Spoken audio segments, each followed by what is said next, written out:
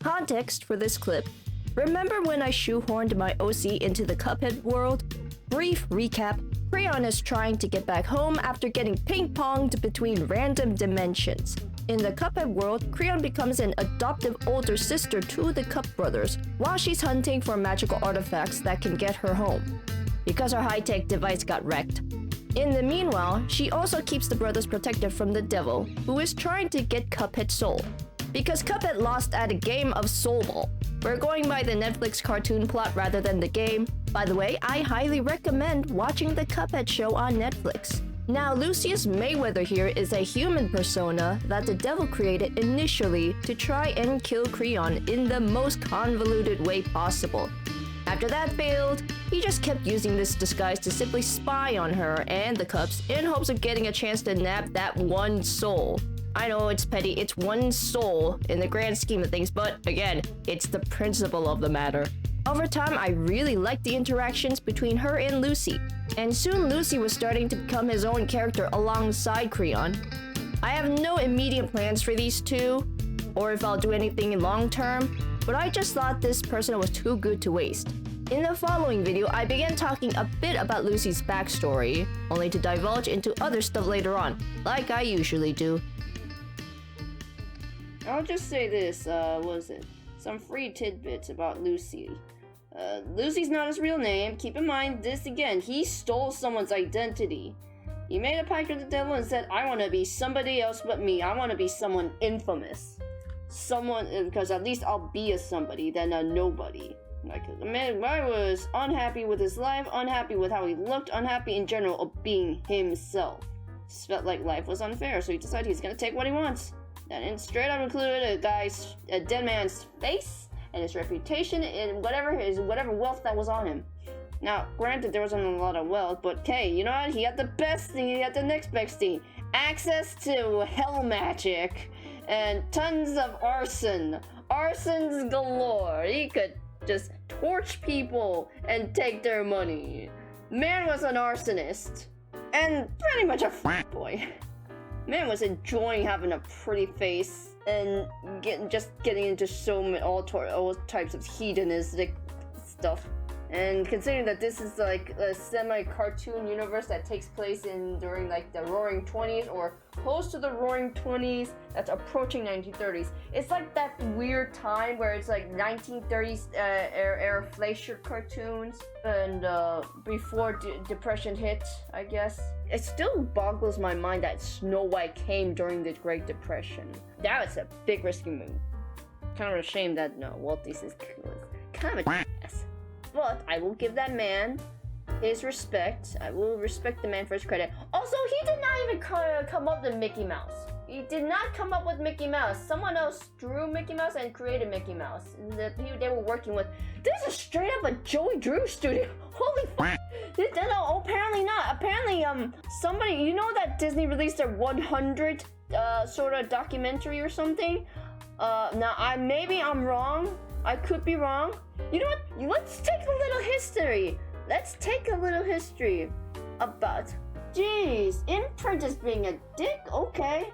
So apparently, there's a print-on-demand for prints, like specifically art prints called InPrint. A lot of artists use this, and for some reason, they're having problems issuing payments to the artists.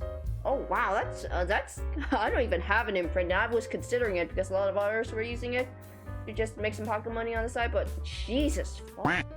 Is nothing sacred? Okay, moving on. Oh, looks like someone actually looked this up. It is how do I pronounce this? Walt Disney gets a credit for creating Mickey Mouse, but it's not. It was his. Oh my God, this is straight out Joey Drew Studios.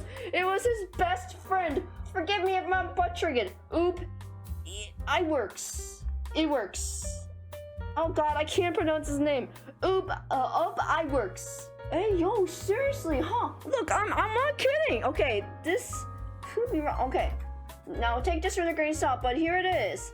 This is the guy. This was Disney's best friend. Walt Disney's best friend. They were friends as teenagers. What the freak? Oh, that's cute. the original guy, Iwerk's father introduced him to film, and then I liked the idea of bringing images to life. Yo, what the f? Like, this is straight up Joey Studios! Dude! Oh my gosh! Holy f. Well, here's the thing. Walt Disney, initially, he voiced the Mickey Mouse. He was the first original voice of Mickey Mouse. That I can actually remember, because if anyone remembers, there was like a freaking was it VHS cassette? It was like a collection of short cartoons, but they called it Fun and Fancy Free. And at the end, there was like an after credit there was like an after credit behind the scenes, and it showed some things about like the history and stuff. And guess what? Also, the Lucky Rabbit was also there too. But keep in mind, there was like a licensing issue, and that's why it was split. And I don't know if Oswald is in public domain anymore, or if Disney decided to swallow him back up. But hey, honestly, Iwerks was part of. But I do remember seeing Walt Disney voice Mickey.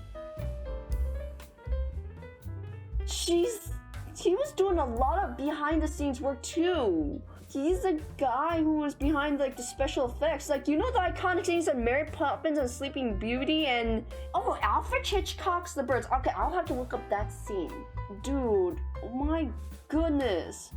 This man was literally probably one of the essential backbones to the studio. Oh, that's sad. Mickey was born out of an extremely tense, stressful moment. So Walt Disney had lost the rights to his first hit character, Oswald, the Lucky Rabbit. And all his animators had abandoned him, except for the Oswald co-creator, Ube Iwerks. So he also co-created Oswald. While they were finishing up the final Oswald cartoon, meanwhile, Disney and Iwerks, they were working behind a locked door to hastily sketch out a new character. And honestly, Mickey could have easily been a frog or a cow. But, Walt was never satisfied, kept wanting to make some big stuff. Oh, God. They even split up because, they split up as friends because, Walt was taking so much credit. So they did tell the origin of Mickey Mouse. It was just like 70 years afterwards. Here's the thing, if those two actually did agree on something and work together, they were unstoppable. But, geez, that one bit about, like, not giving the proper due credit and just be like, oh, I came up with that. No, you only co-created that. How dare you? My God. Man, this is literally straight up Joey Drew Studios. I wonder if that's what Bendy was about. Aside, the only difference is Walt didn't sacrifice a bunch of animators and people he hated into a fucking ink machine in order to Satan. God, what is this, man? Yo, what is this? Man. Well, you couldn't get any more scummier, but okay, you. Okay, I guess Bendy and the Ink Machine was right about some things. Not only do they show like the sort of like the dark sides of Disney as a conglomerate and a corporation in their past, but wow, that's one of them.